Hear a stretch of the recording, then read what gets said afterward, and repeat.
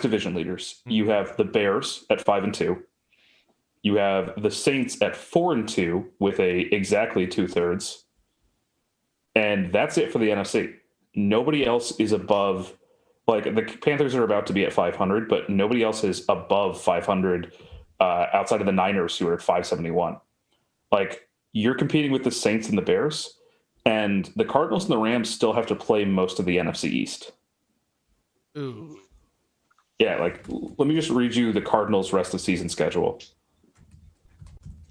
Okay. Give me a second. All right.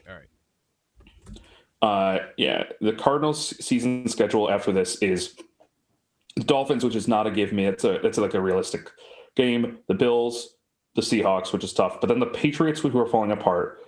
The Rams, who once again it's a tough one, but in order after that, the Giants, Eagles, 49ers, Rams. They still have 2 games against the NFC East, a game against the Patriots. They could very easily go 500 the rest of the time and make the playoffs. They could be a 10-win team. Yeah. Like, the Dolphins is a winnable game. The Patriots is a winnable game. The Rams or the Seahawks, you could see them going 1-1 in that. They're going to beat the Giants and the Eagles. And that's 5 right there without even having to beat the 49ers or the Rams again. And then, like, the Rams have an even nicer end of rest of the season schedule because I don't think they've played the NFC East yet.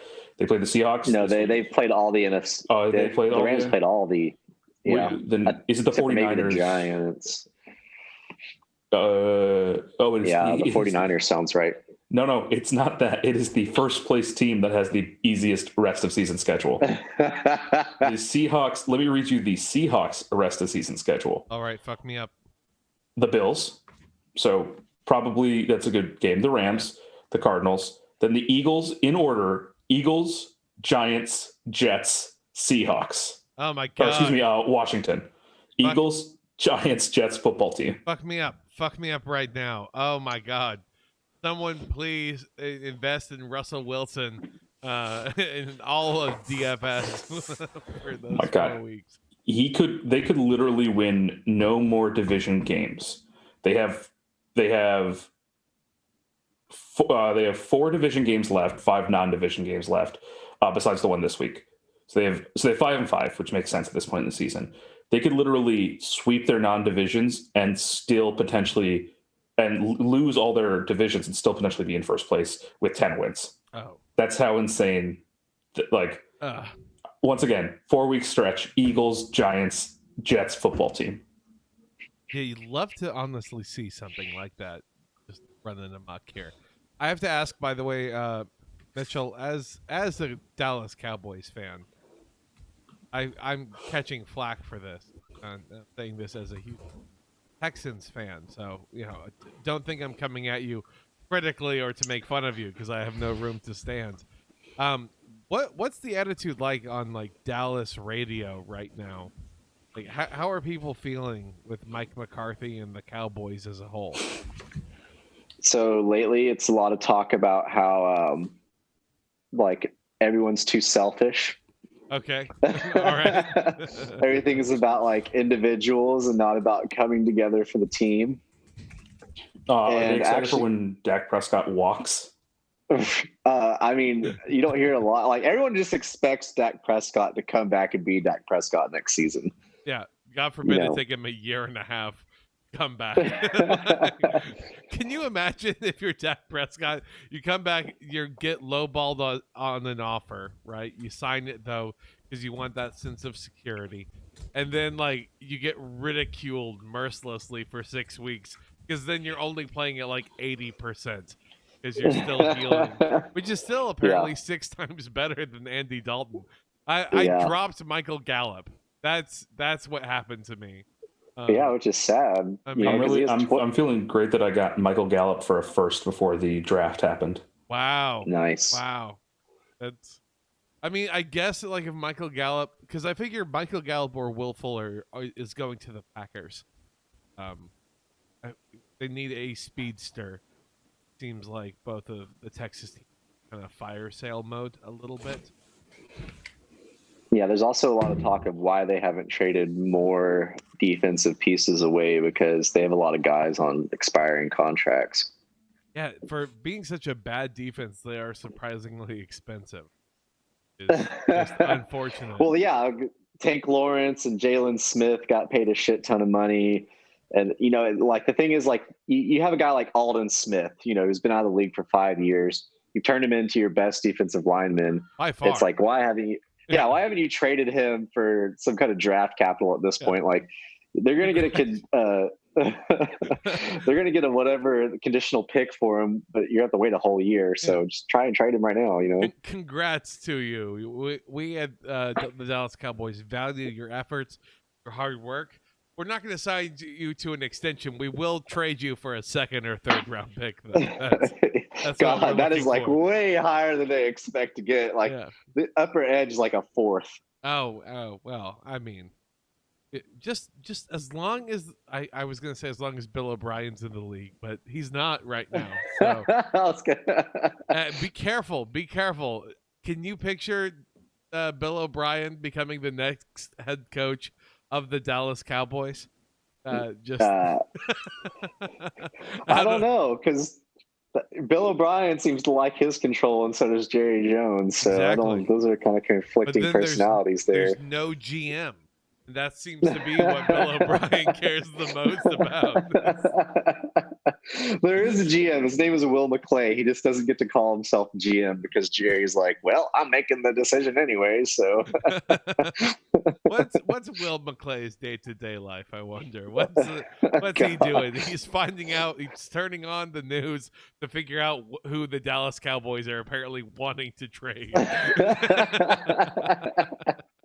Sir Jerry, Sir Stephen, if it pleases the crown, I believe.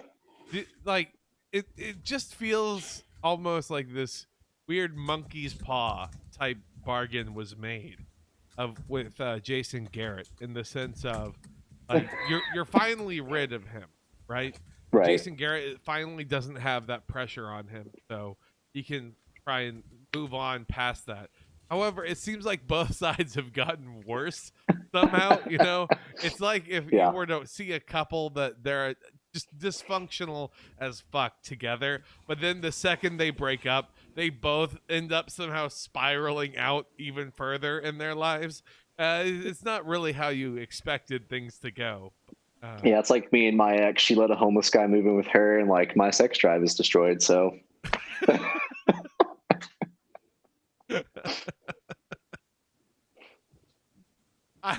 Is it because of the homeless guy? Did the homeless guy destroy your sex drive? No, it was a lot of things. That was definitely like part of it. I'm like, okay, I really just can't trust anyone anymore. That's right. Because I broke up with her because I thought she was manipulating me, and I'm like, oh, now it's obvious she was manipulating me. I mean, it just has got to hurt, I think, a little bit. If the guy right after you, you're just like, oh, like you're dropping all pretense of not being manipulative. Like you are picking up an active human being you can treat like a play toy. Okay, yeah. Literal serial killer logic. I'm gonna date only homeless people and sex workers. Those are my two main areas for some reason. God. I don't know. But how have you been? You've been busy the past few weeks. What all have you been up to? Dude, I've just been like doubling down on the whole jiu-jitsu shit. Yeah. And it's been so good for me. Yeah, I'm like as close as I've ever been to being sober since I was in high school. So well, that's good. Is it as a result of jiu-jitsu or in spite of jiu-jitsu? It's definitely a result. I mean, just having a good hobby that eats up all my evening time and like just makes me feel better about myself physically. Like I'm not craving the other chemicals because I'm making my own now. Okay. Well, yeah, I look forward to your very like inspiring Instagram that you will create and have like positive quotes plastered over like very, very well produced stills of you flipping people over yourself. I'll never make an Instagram, so I'll just have to stick around on Facebook. There we go. Just as believe, it's right? Like all those letters, I could imagine. Also joining us, we got Dread. How's it going, buddy? Existential terror. loser. Yeah, we are officially 6 days away from the election happening, and we're probably like 36 weeks away from the results being finally determined and agreed upon. There's some pretty interesting odds about what day the loser concedes the election. Okay, Biden the day before. All right. It's the long con, you see.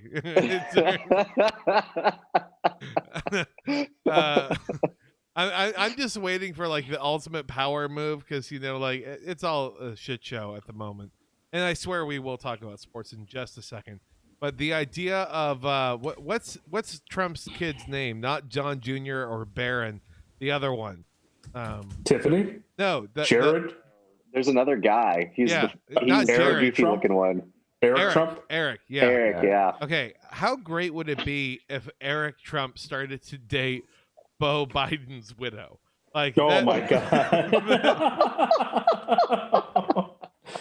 That's bad in the and order. I mean this legitimately. Like, if Eric Trump is also like an okay partner, like he's too lame to be a soulless monster. Is my point. He's just kind of like, I think it's a bull. There are plenty of lame soulless monsters. Yeah.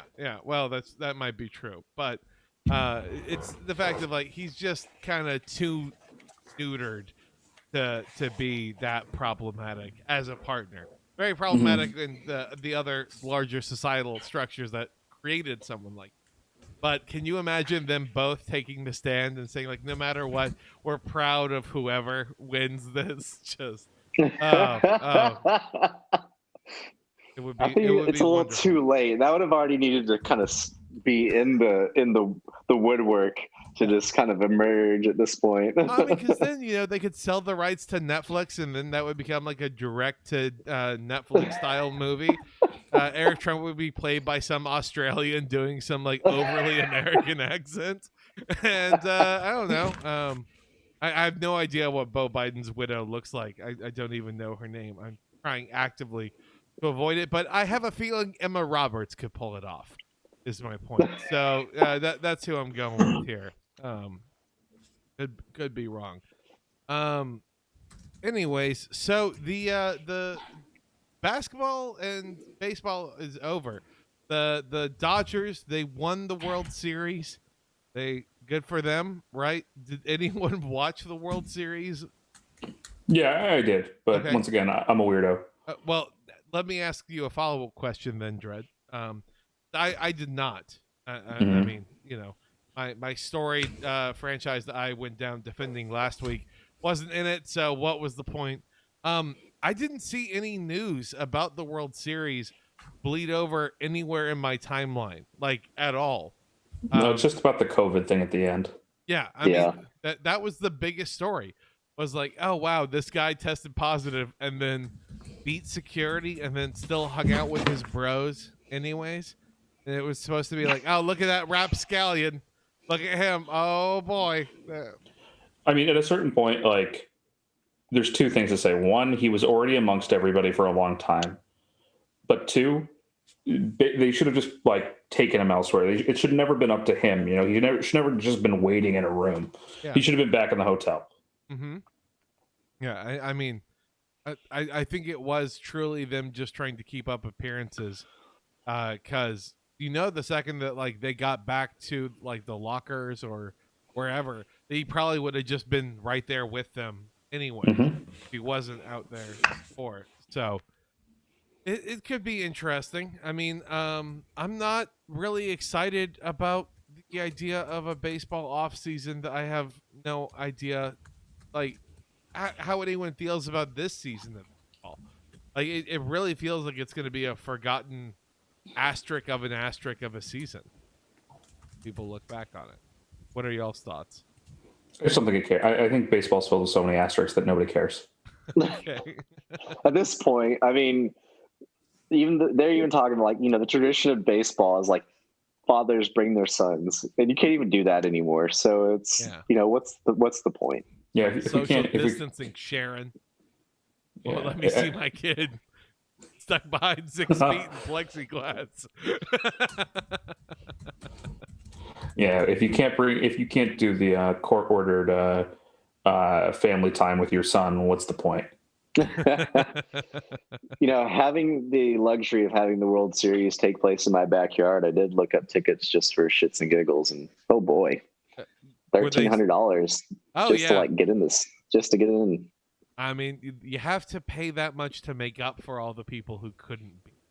Right. That's the Right. Well, that's the thing is that unfortunately, demand is actually not down relative to supply. Like they sold out those tickets. Mm-hmm. Yeah. It's just, especially in Texas. Yeah. Like, we will do anything if it means sports ball can exist. We will sacrifice. Well, it's not even that. Made. It's like, oh my God, I'm sorry.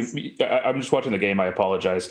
But there was just the most beautiful play I've ever seen from Teddy Bridgewater.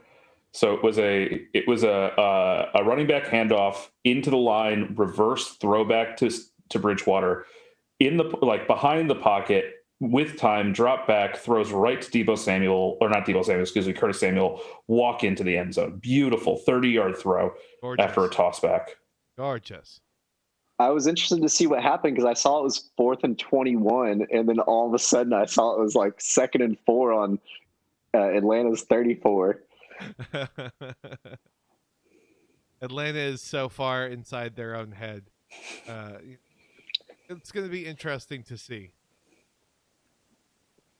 happening here. I'll say this much about the World Series is that effectively nobody watched it except for because as much as people like the Dodgers, LA's not a baseball town. It's a basketball town, right? And like they already got one championship, and also crazy as it sounds, ratings for live sports are down a lot. You'd think with nothing else to do, people would be watching them, but we just kind of like get depressed and don't. So, well, and it's like they were all on at the same time, and in the analytics side, I'm never watching the games like via a cable box. I'm just not streaming them. And plus, most sports fans are so casual anyways. They just want to see the highlights. They don't give a shit about what's going on during the actual game. It's more about water cooler talk than anything. I also saw the big game. Go sports team. We're better than those other sports teams. Nothing like my own sports team. I think, as, our generation gets a little older, we just not as many of us care about sports, It's just not as you take that cool back as it used to be. right now, Mitchell. I will actually. I will. You find new sports like jiu-jitsu to get into. What are you talking about? Sports that you can play with your bare hands. Yeah, exactly. What was that, Dredd? I would say specifically that people care less about sports across the board. There are people who are fanatics about the concept of sports. Mm-hmm. So like people will like, I'm not like, there are definitely sports towns where like you could say Philly's a football town. It's not a basketball town. Philly's a football town. LA is a basketball town. Boston is a baseball town, despite the fact that the Patriots and the Celtics are there too. Like you have towns that are defined by your most fanatic fans, but people like the concept of sports.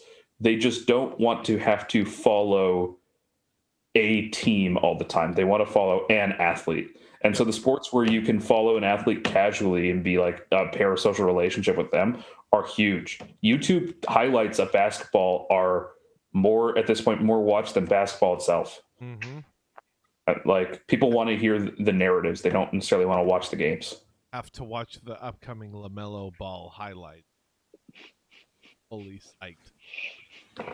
If you ever want to do a deep dive into this draft class, I have deep opinions about it. I think we absolutely should, but we have other sports going on, thank God. So once the NFL is forced to go on hiatus 3 weeks from now, we'll do a real big dive.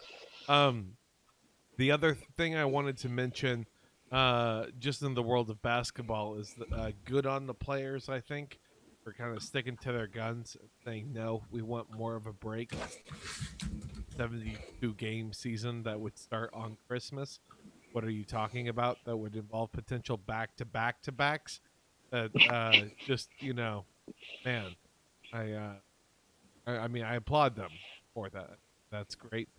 And also shout out to the Houston Astros. God damn it, Rockets, because they somehow, I think like they lost Daryl Morey to the 76ers, and then they picked up Silas, I believe is from the Mavs, right? And so I think they are going to do the exact same style of play as last year, with the same management style as last year, because the new GM was the guy right under Morey before.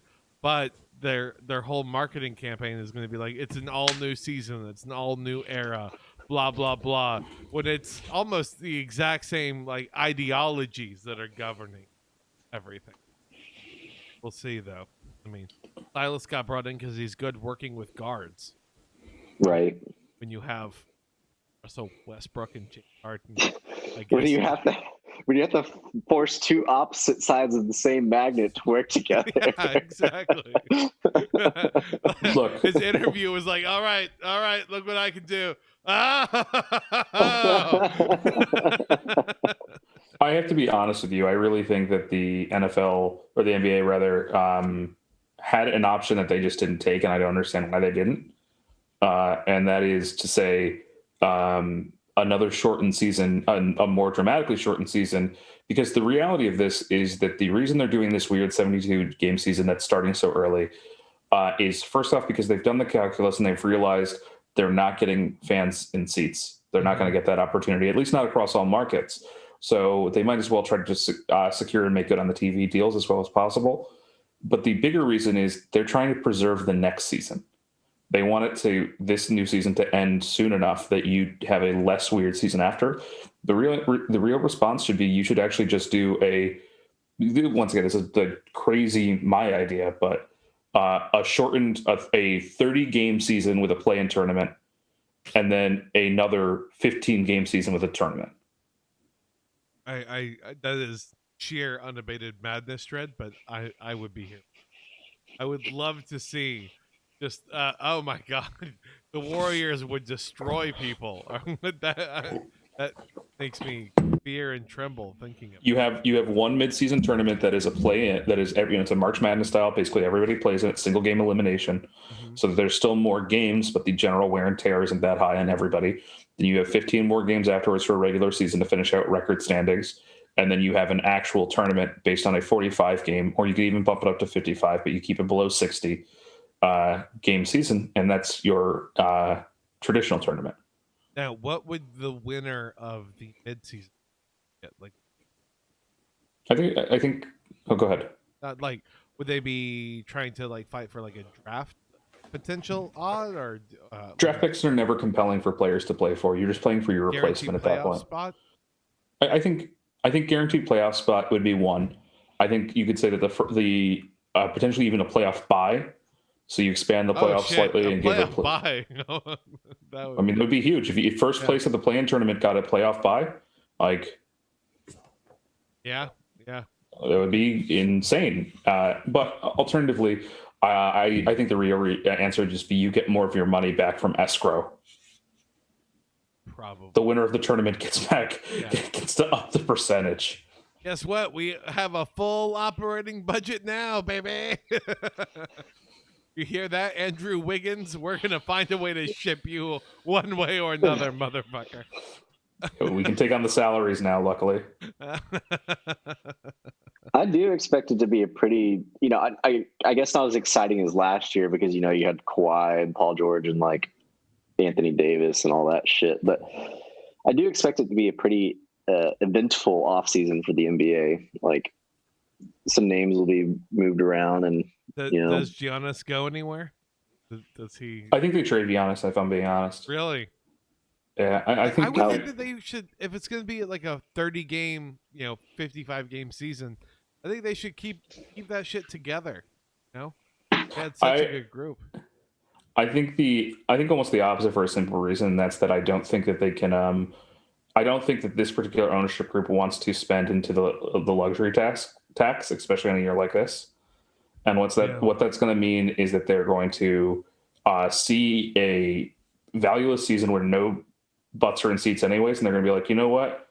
Fuck it. Giannis, you're going to head to throw a dart at the map. Let's say Cleveland, because they'll give us whatever they want. Oh God.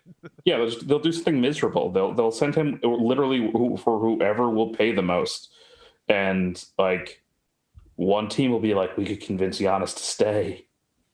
It would be Cleveland too. Like, hey, have you ever wanted to visit fancy Milwaukee? Come check out Cleveland. Yeah, like slightly sweatier Milwaukee. I mean, when you look at what Milwaukee did, they extended Eric Bledsoe's contract and signed Wesley Matthews, and let go of Malcolm Brogdon. And if you think that they could do it all over again, it would be keep Malcolm Brogdon at all costs. And who gives a shit about $17 million a year, Eric Bledsoe? I mean, the reality is they should have kept Brogdon for even the simple reason of trade asset. Because now you need high salary guys to get back stuff. Like right now, just to match, like let's say you went after give me a star that's on the block, like not Debo, because Debo's on to the Knicks. No. Let's say so it's like Bradley Beal or like let's say Bradley Beal. If you had Bradley Beal, or let's even say somebody else that might be actually more movable, since I think they're going to try to see what John Wall looks like.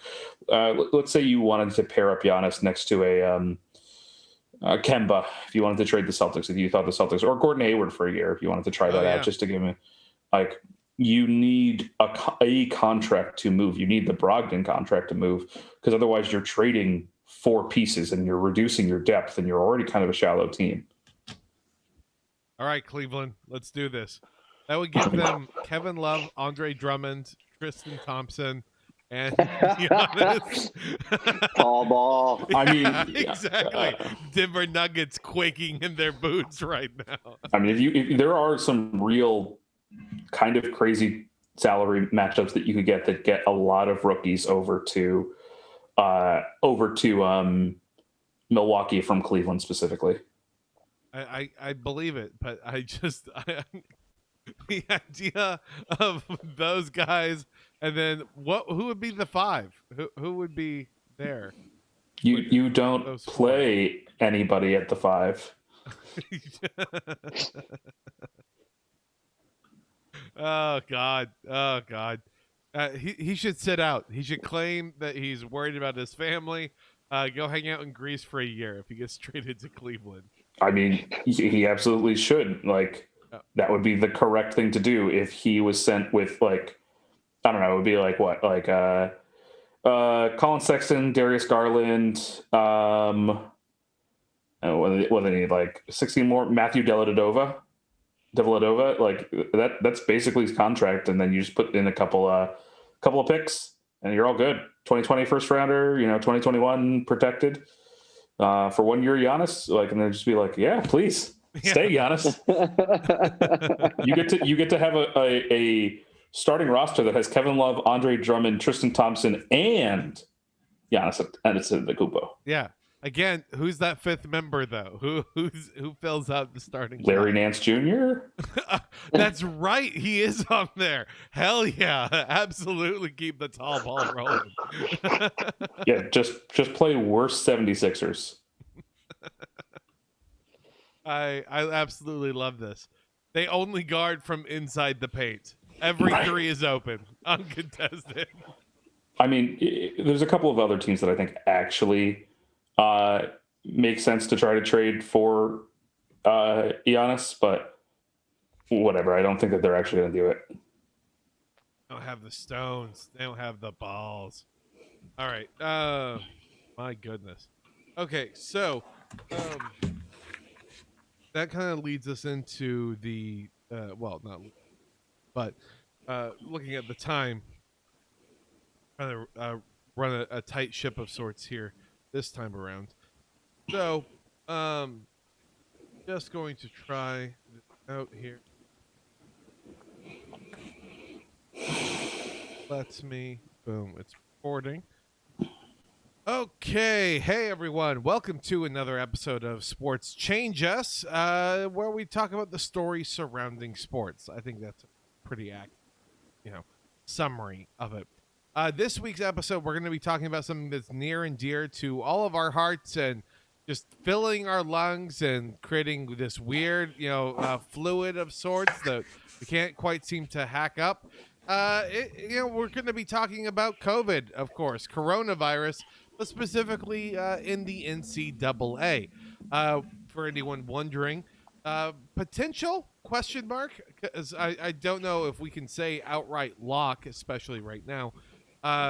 Number one pick, Trevor Lawrence, has gotten COVID, and he is not going to be playing in the upcoming game against Boston College.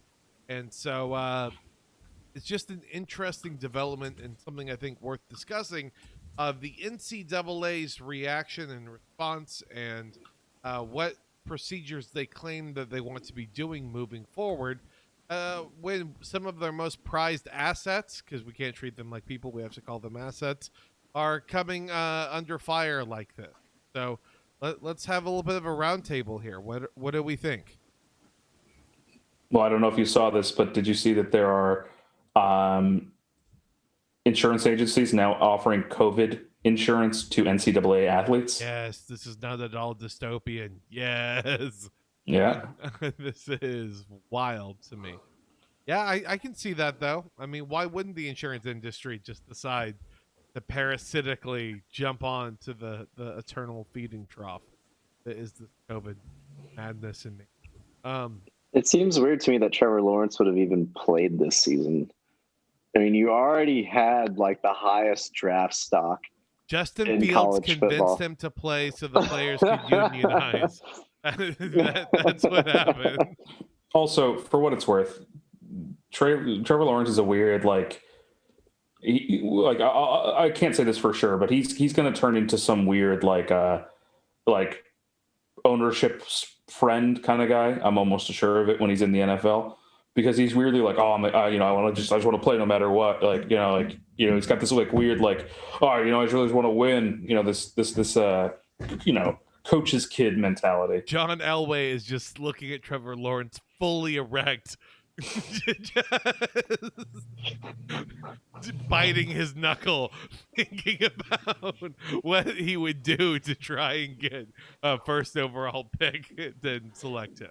Yeah. That's that seems to be at least my. He does seem to be,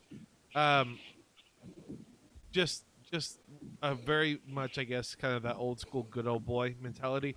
I get real Peyton Manning vibes off of Yeah, I think it's less likely that he's allegedly harassed a trainer in a locker room, but hey, yeah, we don't know. It's always those androgynous looking motherfuckers get real dangerous real fast. He's probably just a very malleable person because he's just been groomed his entire life at this point, because he's had, I mean, obviously not to the same degree as LeBron, but people have been scouting him since he was 11, which that's gonna mess with someone's ability to just develop psychologically when you have pro scouts at your middle school games. Of course you're gonna be a good old boy. You're just trying to get that paycheck and achieve what everyone's told you you're going to achieve for the past 10, 15 years. Is the hair a strategic decision? Do you think he's going to get a L'Oreal sponsorship and then just cut it all off, or is he going to do a Locks for Love type thing so then he can save all of his signing bonus money and claim that it was charity and have a giant tax write-off? Lose 16 inches of hair, but keep 30 million away from the IRS. I think. I don't think he needs to do a hair stunt for all that. I think if he goes to New York for the Jets, he will, because that's a high tax market. On the other hand, if one of the lower tax markets wins the draft, once again, I'm saying NFL draft lottery, please. But if one of the lower tax markets does, he might not. Let's put it this way: first overall pick money is very different in New York or New Jersey than it is in Ohio. Yeah, or Texas even, which the Cowboys surprisingly in the mix right now for Trevor Lawrence, which would be just delightful.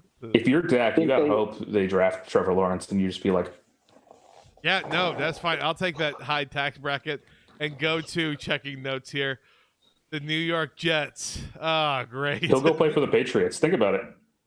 No, that is a homer prediction if I have ever witnessed one. But God. I have to ask you. Just because they signed Cam Newton, that all of a sudden now that opens the door to black quarterbacks and the Patriots? Come on, man. Here's a question for you.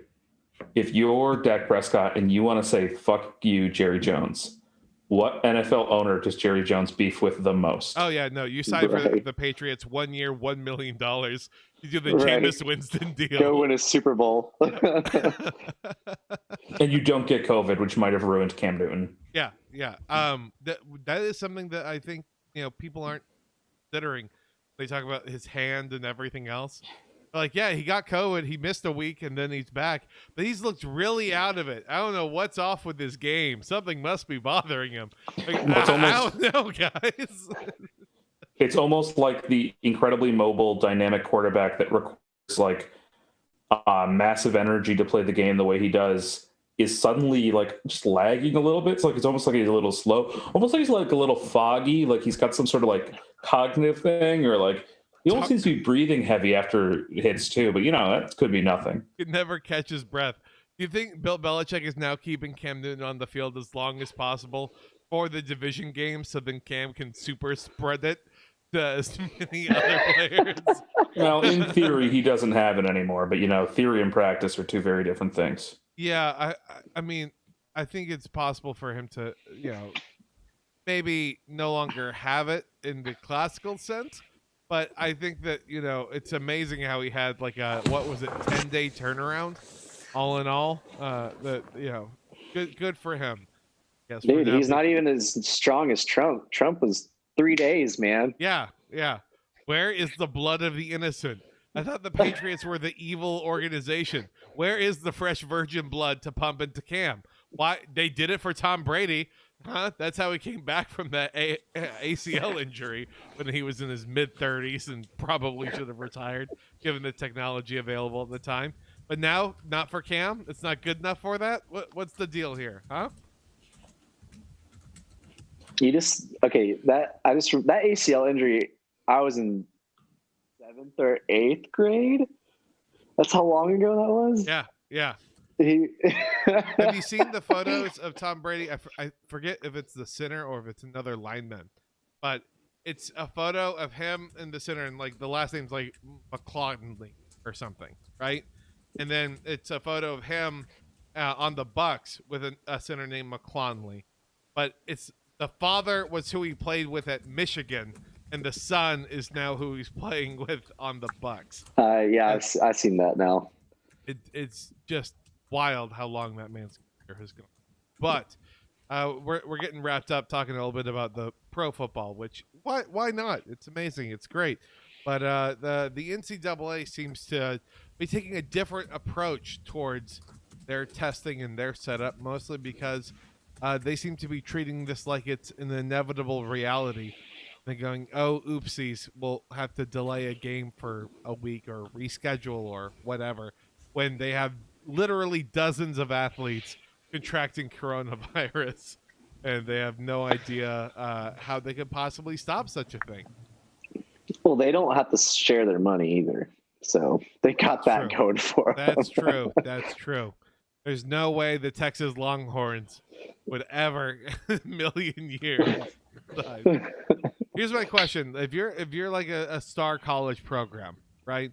Let's assume you have like BCS aspirations, and championship aspirations. If you lose like 2 or 3 key pieces of your team, of your roster, you then start saying like, we're very concerned for player health. We're going to pause all activities until the spring then we will resume play. And then No, just because the forward TV then. deals are too valuable. Oh. Yeah. If you're not one of the marquee programs that in reality is like legacy builder programs, then you care more about the TV deals than you do about whether you win a championship or not. I hadn't really considered that. That, you know, weirdly, Ohio State might be more empathetic to its players because it has control of the board, so to speak, versus like a South Louisiana Tech, where they're just kind of happy to be there and be broadcast as they get Yeah. blown out 7-45. Because that's where 90% of their football revenue comes from, is that one game. Yeah, they're not the donations. They're not the endowment schools. They're literally just, hey, we're really excited to lose on national TV to a top seeded team because we get a piece of that pie.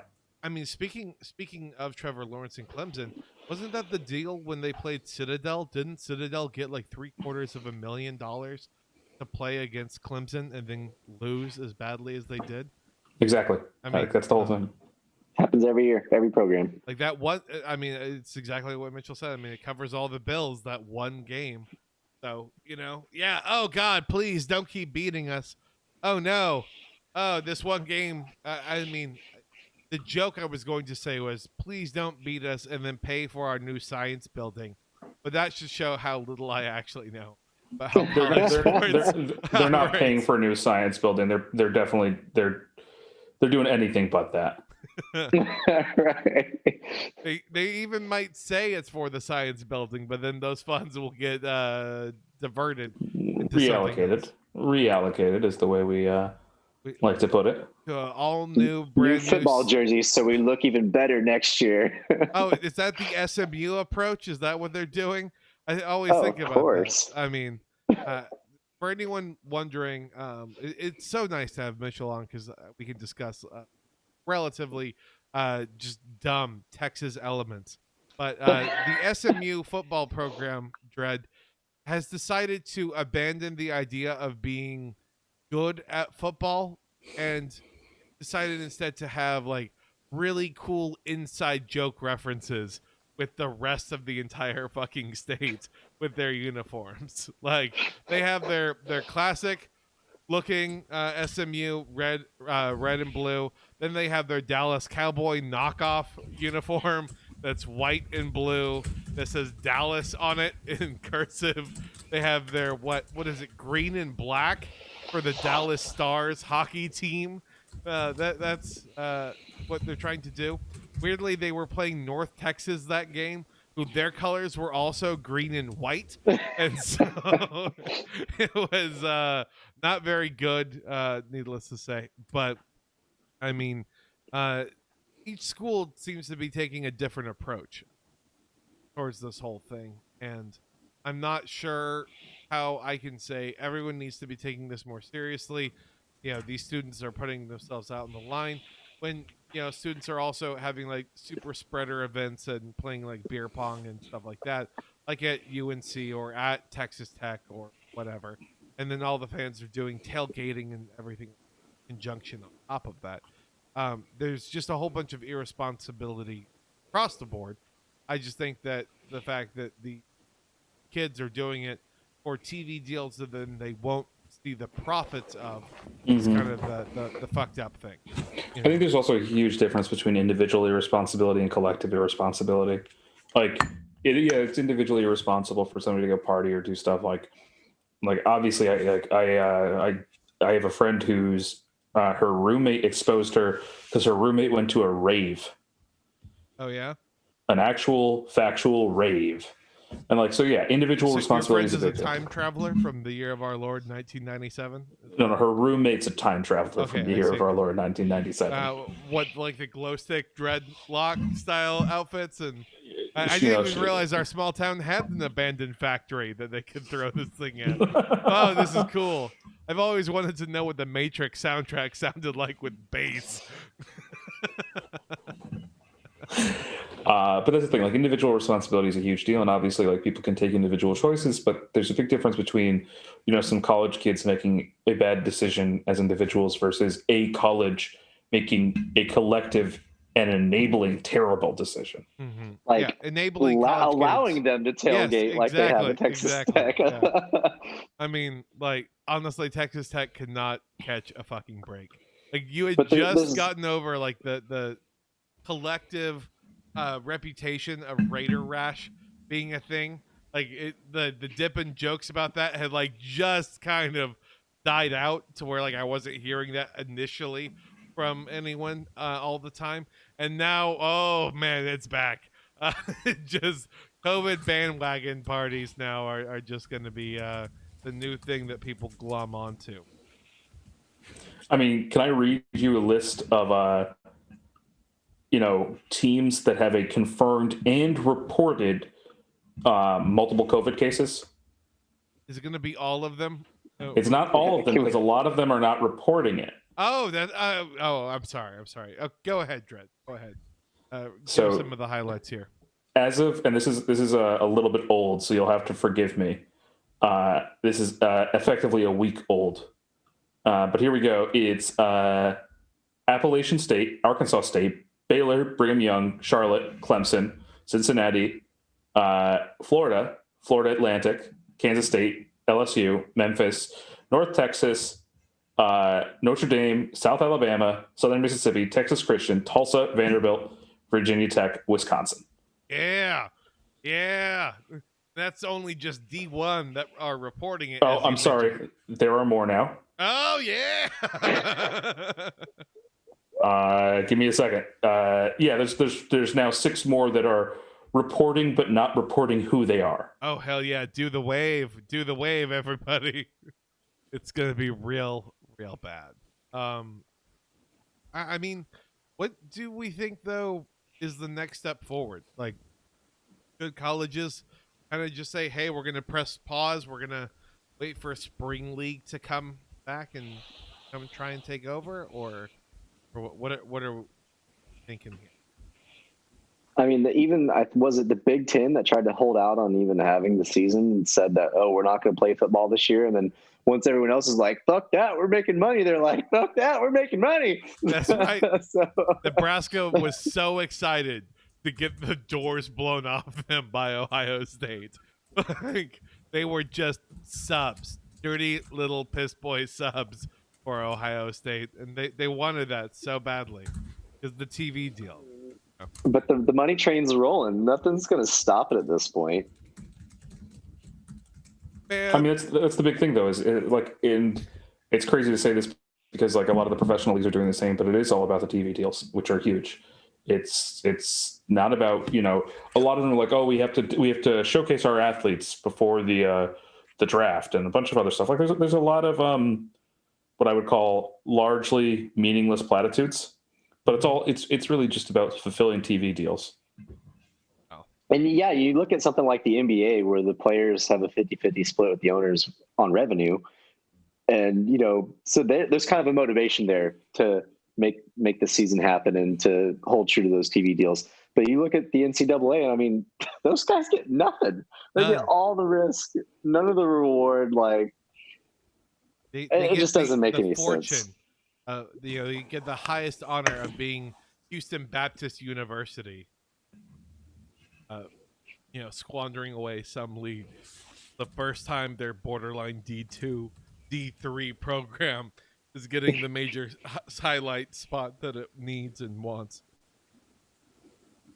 My goodness. It's just exploitation on, and the sad thing is you think of colleges like Texas Tech, like having been from the area I'm at and went to a high school where, like, you were pretty much a failure if you went to Texas Tech, and it's true. I mean, it's true. Yeah, Texas Tech is the official school of like, so we weren't in your top 3, but hey, look at us now. You couldn't get into an SEC school, so you went to Tech. But it's there's pressure from these parents too. Like, there's pressure from the parents, like, oh, you're going to go to school, you're going to go to parties, you're going to have the college experience. Like, and that is kind of like what a school like Tech and what I think a large number of other schools have kind of pushed on kids a little bit. of like, no, you need to have that experience. You need to go out and do these things, hit those benchmarks, because that's Right. what is normalized. And so then I kind of think if you watch enough Call Me by what's that movie? I was Call Me about by to Your say Name? no, not Call Me by Your Name. I was trying to avoid that movie because that's not what the typical college experience is like. I don't even think they have peaches that fresh in the cafeteria, let alone everything else involved with it. But like some shitty thing. I don't know, like to all the boys I loved before, or some kind of like coming of age or like early college thing. It gets stuck into kids' heads about this is what it's all about, and so I think that the same is true with college football players. That is what's expected of them from the time that they were playing Pop Warner until now. They've just known the idea of playing football. And so you also can't assume all of these people are the most on the up and up or have like the most big brain view of things. Like they may say, hey, I legitimately want to play football. I would rather play football than risk this. Like that may be a personal decision on some of them. I don't want to speak for them, but it could be just kind of what they would prefer or want to do. And so it's a pressure that they have put on themselves because other people have said, well, that's what you're expected to live up to, blah, blah, blah. Anyways, your thoughts.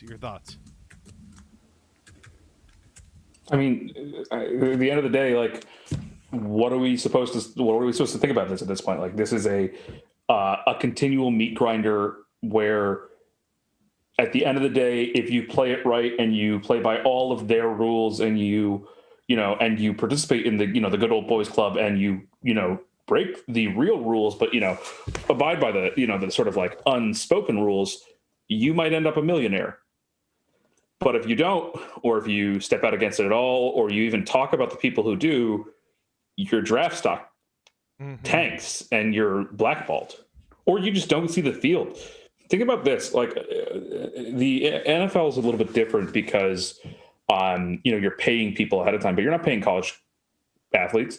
If you have a grudge against a player, you can just bury them. Think about how many talented quarterbacks sit behind other players who are probably talented in a way that is more than NFL quarterbacks, but they're not given starting time. Or excuse me, not NFL quarterbacks, but draftable quarterbacks. They're not giving starting time. They're never showcasing their skills, and they're never learning in the same way. Literally, it's systemic denial of access to knowledge. Well, before you use the word systemic, I was about to mention Kyle Allen as an example of that. But no, we'll move past him as the one example of a overlooked quarterback who, being a late round pick like that. Well, it's for me. It's not even the late round pick ones. It's the ones who don't get picked because they're like they piss off somebody. They transfer 4 times and then just decide to go get their accounting degree. Mm-hmm. Like, no, like it's Dredd. You cannot say this. This is dangerous territory.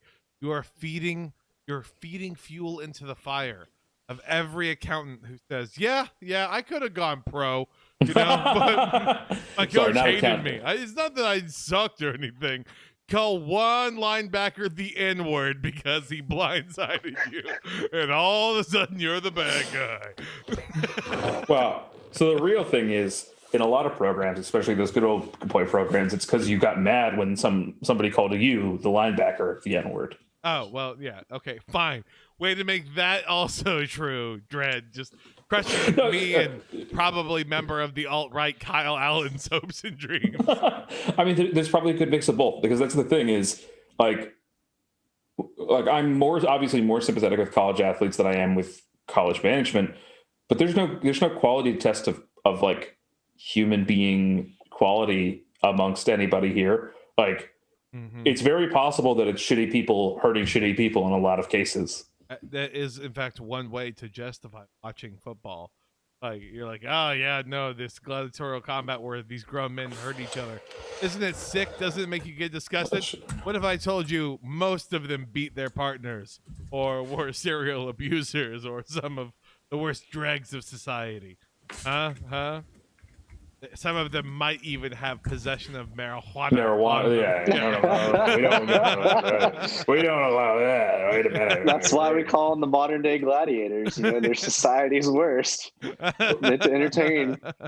But like that's the thing is like we I was friends with football guys. Like I played football in high school. I was friends with guys who played football in college. Like a lot of them are very good people. They are decent human beings, and then a lot of them are monsters because just like it's a subset of the population, which has already got a lot of decent people and a lot of monsters, and then you add the weird parasocial aspect of stardom on a college campus, a huge dose of toxic masculinity, massive homophobia and insecurity about sexuality, and in the NFL, come on, they're wearing tights, man. They had Michael Sam, sir. He only got bullied out of the NFL, blackballed, and then had to go to Canada, where then his mental health and depressive episodes kicked him out. And then people use that as a straw man argument for why people who were, in fact, gay couldn't make it in the NFL. That doesn't sound like something a homophobic group of people and individuals would do, Dredd.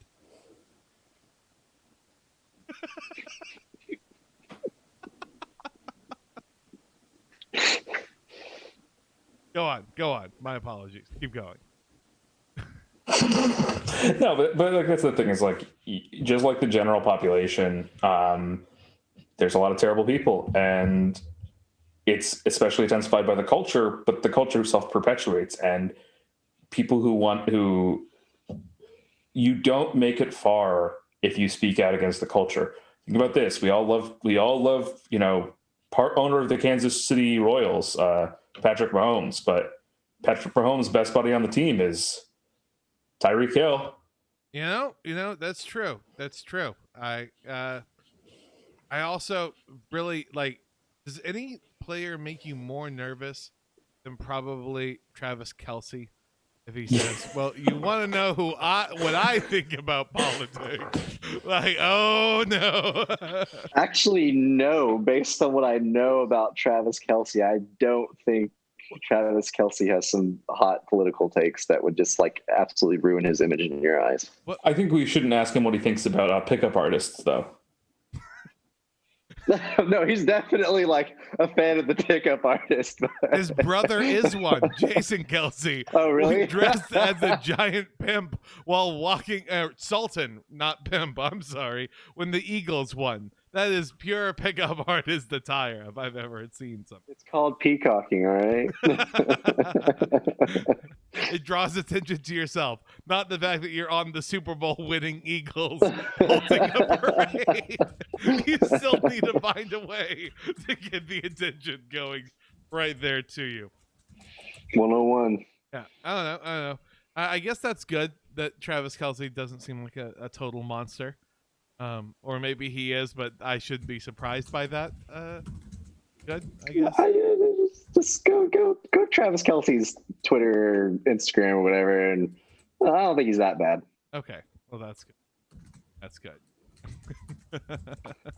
I could be completely wrong because I totally don't keep up with that shit. I'm just going based off vague passerby memories. Like it's a picture of two wide receivers right next to Travis Kelce. I believe it's and it's 14 and 88, and he's just holding them and being like, "Yeah, one love, okay." Something like that. No one doesn't even have their names. It's just number 14 and number 88. Yeah, my dear teammates. They're like brothers to me. Brothers in arms. What? Okay, moving right along here. God. Just it is interesting to me to think about how the NFL, even though they seem to have 32 different teams with 32 different organizations, and they're in their own different cultures, if you will, they all seem to kind of respond to one governing authority, and the NCAA seems to be much too nebulous to realistically be able to enforce anything effective like that, especially like in the moment. that's why half the time with these investigations, it takes like 3 or 4 years for stuff to actually, make some headway. So, and that honestly benefits the NCAA because they're like, oh, of course it does. look, Yeah, they're already in the NFL. What are we gonna do? oh, we can't let it happen again.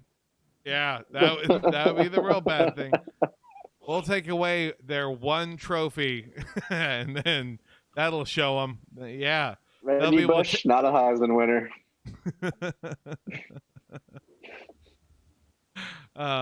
But it just seems like that's not an organization and not a setup that would be able to respond quickly enough to, if you were to even hear about a college campus that was breaking the rules, and then how do you sure that you test everyone beyond just trusting what the coaches say, and how you double check and kind of what systems put in place there. I mean, it's a truly Herculean effort because probably, I mean, short of like the Texases and the Alabamas and the Ohio States of the world, a lot of the other schools, like what Dred was mentioning earlier, that do rely on those TV rights, they might just straight up look the other way if it means that then they can still go and be on the TV. I mean, look at what happened at Penn State. Look at what happened at Baylor. I mean, Of course they look the other way. There's too much money on the table. Yeah. Oh, man, Penn State looking the other way with something like this. How could you? We couldn't have ever seen that coming. Such an upstanding organization, Penn State. No history of any other controversies. I don't know, within the past 11 years or so. Horribly haunt you or anything else like that.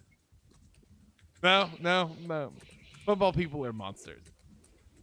Yeah, I mean, that's the thing is it goes in cycles too. There's always going to be a new, like we're always going to get a new program that did something monstrous. Yeah. I cannot wait to hear about just, I don't know, Florida State coming out with a new bionics program for their players, where they let Elon Musk inject nanites into the blood, just if he could make them a split second faster, but instead all he did was make technology become self-aware. So the players, if they catch the ball the wrong way, it unlocks every Tesla in the parking lot. The problem, something like that. Well, do we have any closing thoughts about this topic? Anything that you might want to give people? I mean, I would be so happy if like society just decided collectively to stop watching college football. It's a trash product to begin with. It is so sloppy and terrible from a football perspective. And if we just all agreed that it's a breeding ground for toxic, terrible things, and like we're gonna push this to the side, I'd be so happy.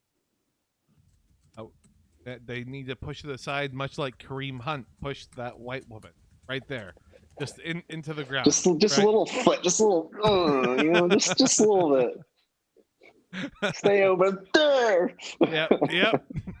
That's the idea. Far away, 6 feet apart is the plan. Yeah. So, Dred, what about you? Well, so are we doing plugs or are we just doing final thoughts? Final thoughts. Yeah, my final thoughts is that this college season should have been canceled months ago. Honestly, at the college football should just be canceled. Yeah. But more than anything else, I think that maybe it was necessary for some big name to get it for any action to be taken. But it's going to be terrible if he turns out completely fine, because then people are going to be like, Trevor Lawrence turned out completely fine. So this is a lot of high upside, high downside. Or have you thought about then when he's on like his 12th year season, he has a drop off, and then people are saying, is this maybe a lingering effect from COVID? Fun trivia fact, Trevor Lawrence got it would appear like in the lower third, while Troy Aikman and Steve Buck are talking about it. Yeah, I mean, college football should absolutely just stop. My God, imagine if they actually paid their players. Imagine if there was an element of profit sharing. Oh no, certain schools and organizations probably wouldn't be able to pump out that ridiculous product onto the field. But then also maybe certain people wouldn't be suffering just lifelong injuries that will haunt them the rest of their lives. Man, you mean college could go back to being about education? Nah. No one could benefit from that. Certainly not. I'm saying they need to focus on the beer pong parties and like the weird "Call Me by Your Name" cosplay that I'm now envisioning that takes place because I fucked up on that movie title. That's what I'm saying. College needs to go back to, huh? There wasn't, at least as far as I remember, in Animal House, there being a pro football team. Or I'm sorry. No, they were having the drunk Olympics, which is definitely what we should bring back instead. Yes, Olympians. That's exactly what we need. You heard that? Olympics, come back, or else we'll blame you. You and you alone is what we'll end up. Well, very cool. Yeah. I guess. Yeah. Now we got plugs. Mitchell, what's going on? Man, I want everyone out there to stay safe. You know, I get a lot of ridicule because, people are like, how can you maintain this terribly close contact hobby in the middle of a pandemic? I'm like, well, if I wasn't doing this, I'd be at home getting drunk every night, which would arguably be equally as bad for me. So, if you can stay safe out there, I hope you do. And it is weird, but jujitsu and positive effect it's having on your life, and also just the constant threat of your teacher saying that the loser will be injected with the coronavirus vaccine at its most developmental stage. We're not supposed to talk about that. Yeah, sorry. Yeah, my apologies. There's an NDA. You just violated shit. It's just glowing green and says lead on the side as they stick you in the leg with it. You tell us if you're fine. We legally cannot tell you that you'll be fine. Well, very cool. Dread, what about you? So don't find me, don't look for me, never try to discover me whatsoever. But I will plug this. Right now, there's going to be we're reaching a fairly high rate of what's called an R value for infectivity, which is the expected rate of how many new cases per case of corona you'll see, and we're going to be seeing some nationwide highs pretty soon. And all I would say is take things seriously. Try to do treat your service workers with the respect, dignity, and like general care that they deserve. Try to do contactless pickup if you can, and generally understand that just because somebody has to work a job doesn't mean that they want you in there all the time. Yeah, they're not doing this electively. It's not a jujitsu class that they could just not go to. I don't think you can talk your way out of a jujitsu class. It seems like that would defeat the whole purpose of jujitsu. No, you have to pretend like you're upset about not going. You're like, damn, any other time I'd be there. Please, that's me when it comes to like the idea of a gym. They're like, oh no, actually it's open right now. No, I can't for the safety of everyone around me. I have to just sit here and continue podcasting instead of a journey of self-improvement. Well, very cool. Yeah. The one thing that I was going to mention, at least as we're wrapping up, is that we're getting to the super cool part where now apparently people can get get COVID twice. About where your 3 to 6 month immunity period, people who might have gotten it and might have finally scraped by, now it's time for round 2. And so a player I wanted to mention is his name is Raquel Armstead for the Jacksonville Jaguars. Young guy, 23 years old, probably one of like the most fit human beings. I mean, top 1 percentile. Right, it's professional athletes and Olympians, and then there's like this massive chasm, and then there's everyone else there. He got COVID very, very early on. He was thankfully able to more or less recover from it after a very, very long, drawn-out fight with it, and he now has it again. And so it's just an awful thing to happen to him. It's probably going to legitimately end his career. and I believe he's too young to not even qualify for the NFL pension plan. Yeah, You know, he's not been in the league long enough to qualify for pension. yeah, so he is one of the people that I want everyone to really kind of remember, at least if you're able to kind of put a face on stuff, because college athletes, of course, professional athletes, of course, to speak about them and as terms, and again, whatever monster some of them might actually be, but there are people out there who do legitimately suffer and are in pain, and this is affecting them. So please read up on that. Please, learn from this. Please try and get involved however you can locally. Affecting social distancing, everything else. Please to just try to figure out what might be needed in your, what things, opportunities might be involved. Okay, that seemed like a weird note to end it on, but my apologies on that. Let's go ahead and say goodbye, everybody. Stay well, folks. Yeah.